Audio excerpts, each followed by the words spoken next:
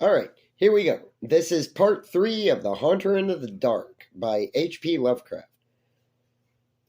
But even this was not the worst. That evening in the bulletin, Blake read of what the reporters had found. Aroused at last to the whimsical news value of the scare, a pair of them had defied the frantic crowds of Italians and crawled into the church through the cellar window after trying the doors in vain. They found the dust of the vestibule and of the spectral nave ploughed up in a singular way, with bits of rotted cushion and satin pew linings scattered curiously about. There was a bad odor over everything, and here and there were bits of yellow stain and patches of what looked like charring. Opening the door to the tower and pausing a moment at the suspicion of a scraping sound above, they found the narrow spiral stairs wiped roughly clean. In the tower itself, a similar half-swept condition existed.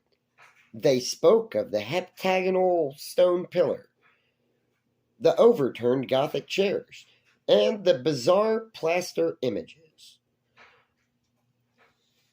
Though strangely enough, the metal box and the old mutilated skeleton were not mentioned.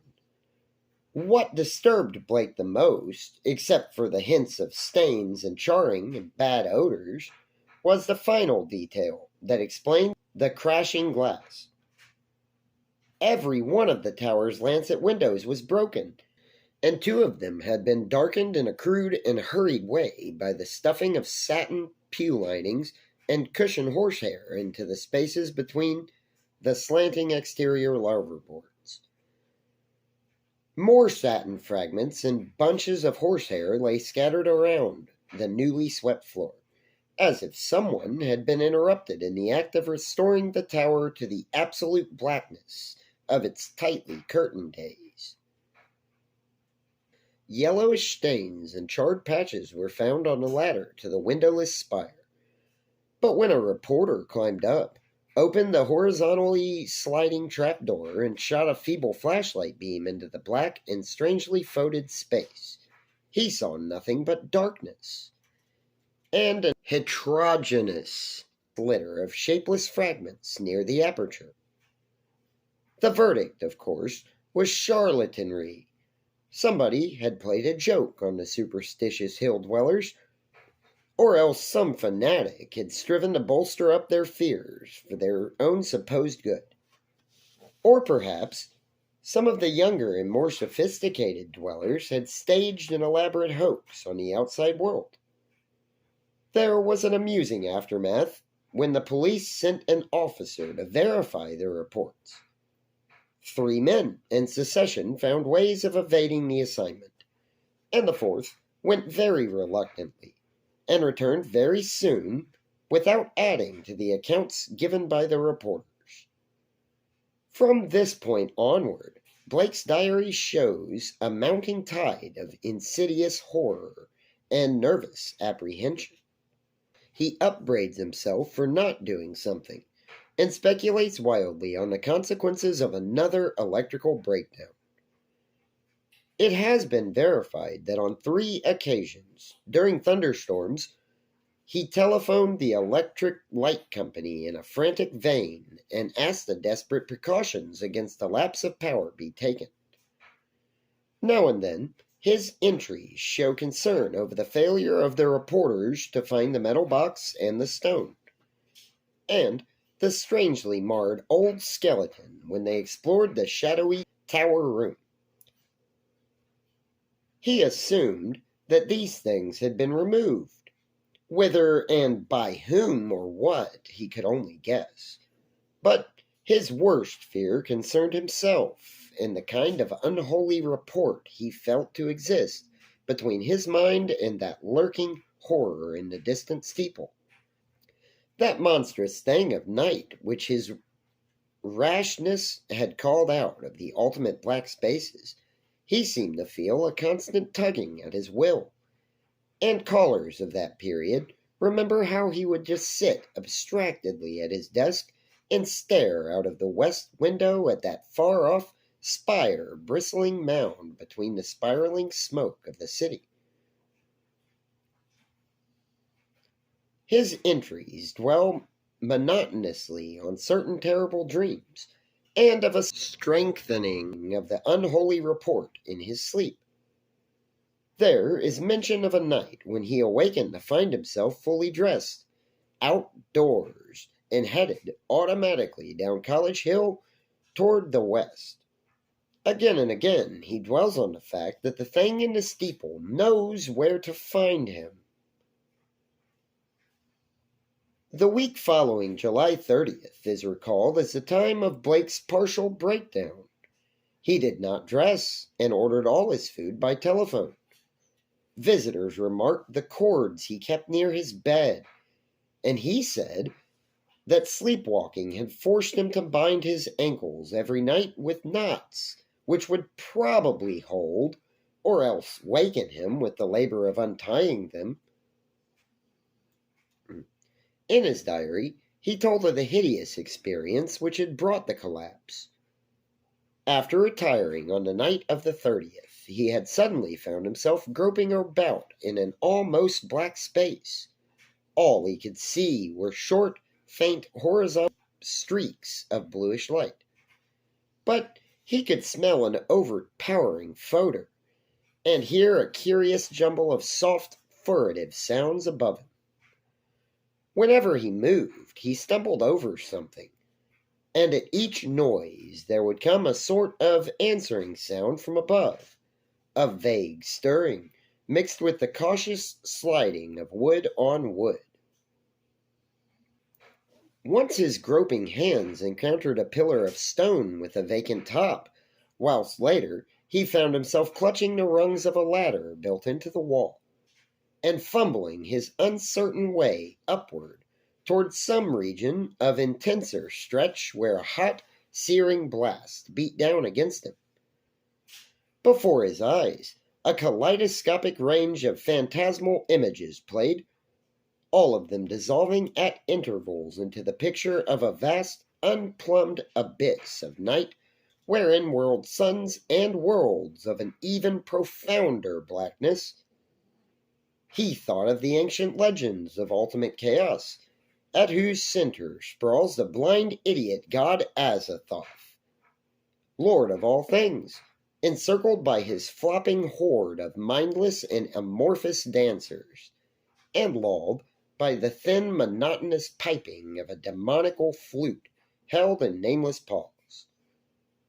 Then a sharp report from the outer world broke through his stupor, and roused him to the unutterable horror of his position. What it was, he never knew. Perhaps it was some bleated peal from the fireworks heard all summer on Federal Hill, as the dwellers hail their various patron saints, or the saints of their native villages in Italy. In any event, he shrieked aloud, dropped frantically from the ladder, and stumbled blindly across the obstructed floor of the almost lightless chamber that encompassed him. He knew instantly where he was, and plunged recklessly down the narrow spiral staircase, tripping and bruising himself at every turn.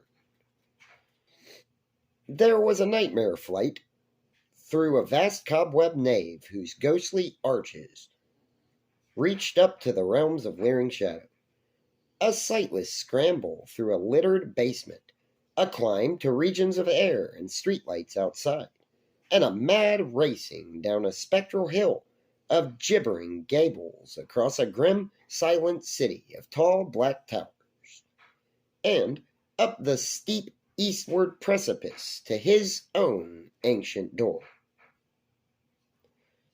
On regaining consciousness in the morning, he found himself lying on his study floor, fully dressed. Dirt and cobwebs covered him, and every inch of his body seemed sore and bruised. When he faced the mirror, he saw that his hair was badly scorched, while a trace of strange, evil odor seemed to cling to his outer clothing.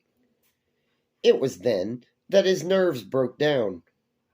Thereafter, lounging exhaustedly about in a dressing gown, he did little but stare from his west window, shiver at the threat of thunder, and make wild entries in his diary. The great storm broke just before midnight on August 8th.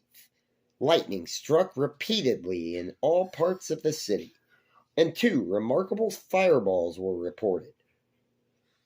The rain was torrential, while a constant fusillade of thunder brought sleeplessness to thousands.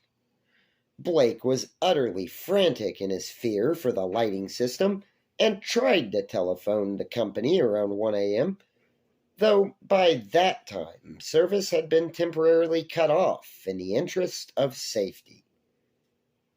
He recorded everything in his diary, the large, nervous, and often undecipherable hieroglyphs telling their own story of growing frenzy and despair, and of entries scrawled blindly in the dark. He had to keep the house dark in order to see out the window, and it appears that most of his time was spent at his desk, peering anxiously through the rain across the glistening miles of downtown roofs at the constellation of distant lights marking Federal Hill.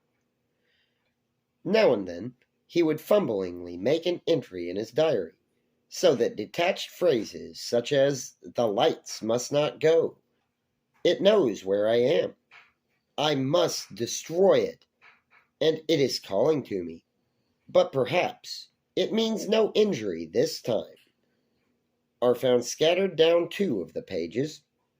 Then the lights went out all over the city. It happened at 2:12 a.m., according to Powerhouse records, but Blake's diary gave no indication of the time. The entry went merely, "Lights out. God help me." On Federal Hill there were watchers as anxious as he, and rain-soaked knots of men paraded the square and alleys around the evil church with umbrella-shaded candles, electric flashlights, oil lanterns, crucifixes, and obscure charms, of the many sorts common to southern Italy. They blessed each flash of lightning and made cryptical signs of fear with their right hands, when a turn in the storm caused the flashes to lessen and finally to cease altogether. A rising wind blew out most of the candles, so that the scene grew threateningly dark. Someone roused Father Merluzzo of Spirito Santo Church, and he hastened to the dismal square to pronounce whatever helpful syllables he could. Of the restless and curious sounds in the blackened tower there could be no doubt whatever. For what happened at 2:35, we have the testimony of the priest, a young, intelligent, and well-educated person, of Patrolman William J. Monahan of Central Station, an officer of the highest reliability, who had paused at that part of his beat to inspect the crowd, and of most of the 78 men who had gathered around the church's high bank wall, especially those in the square where the eastward facade was visible. Of course, there was nothing which can be proved as being outside the order of nature. The possible causes of such an event are many. No one can speak with certainty of the obscure chemical processes arising in a vast, ancient, ill-aired, and long-deserted building of heterogeneous contents. Mephitic vapors, spontaneous combustion, pressure of gases born of long decay, and one of numberless phenomena might be responsible. And then, of course, the factor of conscious charlatanry can by no means be excluded. The thing was really quite simple in itself, and covered less than 3 minutes of actual time. Father Merluzzo, always a precise man, looked at his watch repeatedly. It started with a definite swelling of the dull, fumbling sounds inside the black tower. There had for some time been a vague exhalation of strange evil odors from the church, and this had now become emphatic and offensive. Then at last there was a sound of splintering wood, and a large, heavy object crashed down in the yard beneath the frowning easterly facade. The tower was invisible now that the candles could not burn, but as the object neared the ground, the people knew that it was the smoke-grimed louverboarding of that tower's east window. Immediately afterward, an utterly unbearable odor wailed forth from the unseen heights, choking and sickening the trembling watchers, and almost prostrating those in the square. At the same time, the air trembled with a vibration as of flapping wings, and a sudden east-blowing wind more violent than any previous blast snatched off the hats and wrenched the dripping umbrellas of the crowd. Nothing definite could be seen in the candleless night, though some upward-looking spectators thought they glimpsed a great spreading blur of denser blackness against the inky sky, something like a formless cloud of smoke that shot with meteor-like speed toward the east. That was all. The watchers were half numbed with fright, awe, and discomfort, and scarcely knew what to do, or whether to do anything at all. Not knowing what had happened, they did not relax their vigil, and a moment later they sent up a prayer as a sharp flash of belated lightning, followed by an ear-splitting crash of sound, rent the flooded heavens. Half an hour later, the rain stopped, and in 15 minutes more the street lights sprang on again, sending the weary, bedraggled watchers relievedly back to their homes. The next day's paper gave these matters minor mention in connection with the general storm reports. It seems that the great lightning flash and deafening explosion which followed the Federal Hill occurrence were even more tremendous further east, where a burst of the singular odor was likewise noticed. The phenomenon was most marked over College Hill, where the crash awakened all the sleeping inhabitants and led to a bewildered round of speculations. Of those who were already awake, only a few saw the anomalous blaze of light near the top of the hill, or noticed the inexplicable upward rush of air which almost stripped the leaves from the trees and blasted the plants in the gardens. It was agreed that the lone sudden lightning bolt must have struck somewhere in the neighborhood, though no trace of its striking could afterward be found. A youth in the Tau Omega fraternity house thought he saw a grotesque and hideous mass of smoke in the air just as the preliminary flash burst, but his observation had not been verified. All of the few observers, however, agree as to the violent gust from the west and the flood of intolerable stench which preceded the belated smoke, whilst the evidence concerning the momentary burned odor after the stroke is equally general. These points were discussed very carefully because of their probable connection with the death of Robert Blake. Students in the Psi Delta house, whose upper rear windows looked into Blake's study, noticed the blurred white face at the westward window on the morning of the 9th, and wondered what was wrong with the expression. When they saw the same face in the same position that evening, they felt worried, and watched for the lights to come up in his apartment. Later, they rang the door of the blackened flat, and finally had a policeman force the door. The rigid body sat bolt upright at the desk by the window, and when the intruders saw the glassy bulging eyes and the marks of stark, convulsive fright on the twisted features, they turned away in sickened dismay. Shortly afterward, the coroner's physician made an examination, and despite the unbroken window, reported electrical shock or nervous tension induced by electrical discharge as the cause of death. The hideous expression he ignored altogether, deeming it a not improbable result of the profound shock as experienced by a person of such abnormal imagination and unbalanced emotions. He deduced these latter qualities from the books, paintings, and manuscripts found in the apartment, and from the blindly scrawled entries in the diary on the desk. Blake had prolonged his frenzied jottings to the last, and the broken pointed pencil was found clutched in his spasmodically conducted right hand. The entries after the failure of the lights were highly disjointed and legible only in parts. From them, certain investigators have drawn conclusions differing greatly from the materialistic official verdict. But such speculations have little chance for belief among the conservative.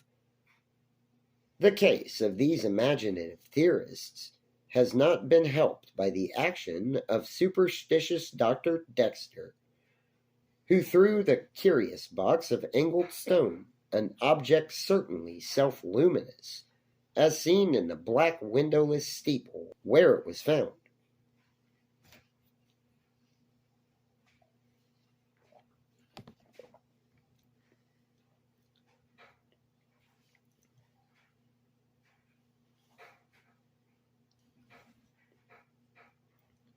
Into the deepest channel of Narragansett Bay.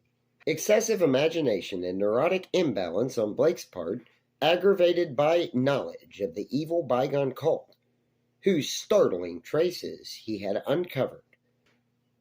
From the dominant interpretation given these final frenzied jottings, these are the entries, or all that can be made of them. Light's still out. Must be 5 minutes now. Everything depends on lightning. Yadith, grant it will keep up. Some influence seems beating through it. Rain and thunder and wind deafen. The thing is taking hold of my mind. Trouble with memory. I see things I never knew before. Other worlds and other galaxies. Dark. The lightning seems dark, and the darkness seems light. It cannot be the real hill and church that I see in the pitch darkness. Must be retinal impression left by the flashes. Heaven grant the Italians are out with their candles if the lightning stops. What am I afraid of? Is it not an avatar of Nyarlathotep, who in antique and shadowy Kim even took the form of man? I remember Yugoth, and more distant Shagai, and the ultimate void of the black planets. The long winged flight through the void cannot cross the universe of light. Recreated by the thoughts caught in the shining trapezohedron, sent it through the horrible abysses of radiance. My name is Blake Robert Harrison, Blake of 620 East Knapp Street, Milwaukee, Wisconsin. I am on this planet. Azathoth, have mercy. The lightning no longer flashes. Horrible, I can see everything with a monstrous sense. That is not sight. Light is dark, and dark is light. Those people on the hill guard candles and charms, they're priests. Sense of distance gone. Far is near, and near is far. No light, no glass. See that steeple, that tower, window, can hear. Roderick Usher, am mad, or going mad. The thing is stirring and fumbling in the tower. I am it, and it is I. I want to get out, must get out, and unify the forces. It knows where I am. I am Robert Blake, but I see the tower in the dark. There is a monstrous odor. Senses transfigured, boarding at that tower window, cracking and giving way. La Negyayeg. I see it coming here. Hell wind, Titan, blur black wings. Yog Suthoth, save me. The three-lobed burning eye. All right. Thank you so much for watching the video, and I really hope you enjoyed that, and I hope that the entire story made sense to you, even though I divided it so much. I hope to see you in the next video. Please like and subscribe if you want to.